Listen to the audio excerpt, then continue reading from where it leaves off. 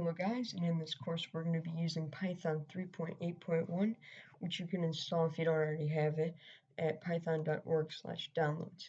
And if this version does not correspond to your operating system, just click your corresponding link below to install it and follow all of the different steps. Also, to install the libraries that we're going to be using with Python, we're going to be using pip, which is basically a library package manager for Python. So to install this, you just need to download this get-pip.python file on their website, which I'll have a link to this in the description or resources.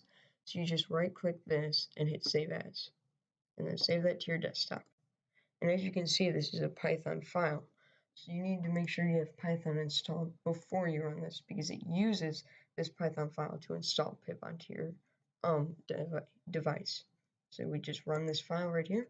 It should open up your command prompt or terminal, and then it should install pip automatically for you. I already had it installed, so it says found existing installation. So now that pip is installed, you're ready to start coding. So I'll see you guys in the next lecture.